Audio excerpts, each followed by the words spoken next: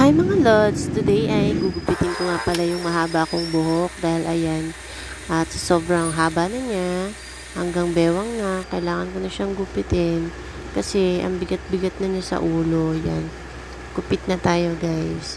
Konti lang muna siya.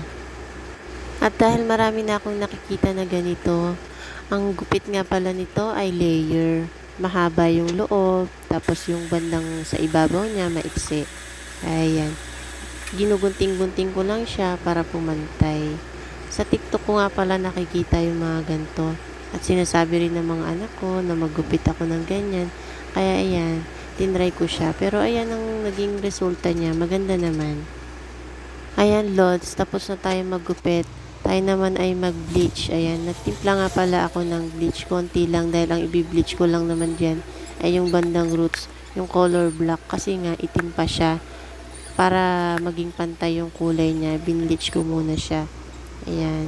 Tignan nyo naman kung gaano kahirap yung ginagawa ko, guys. Ang hirap lang talagang i-bleach sa likod.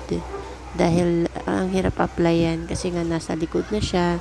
Ayan. Pero malaki naman yung salamin ko dyan. Ayan, natapos ko na siyang i-bleach. Kaya yan, tinitignan-tignan ko kasi parang hindi siya masyadong kumukulay or wala talagang kulay akong nakikita. Ayan guys, ang tagal ko nang binabad yung bleach pero wala talaga, hindi nag-react sa buhok ko. Siguro dahil makapal yung hibla. Ayan, hindi ko na inulit yung pag-bleach dahil napagod na ako. Ayan, nilagyan ko na siya ng color. Ang nilagay ko dyan ay burgundy. O, ayan, natapos na, nilagyan ko na lahat. Ayan na siya, ibababad ko lang siya ng 30 to 45 minutes. Ayan, nag-blower ko na siya. Kaya lang, medyo light siya eh. Kaya parang hindi ko masyadong nagustuhan yung kulay niya kasi masyado siyang malay. Kaya ang ginawa ko, ayan, naligo ako. Kaya ang ginawa ko, nilagyan ko siya ng brown. Kaya yan, medyo okay na siya. Gusto ko na yung kulay niya kasi hindi na siya ganun ka red. Thank you!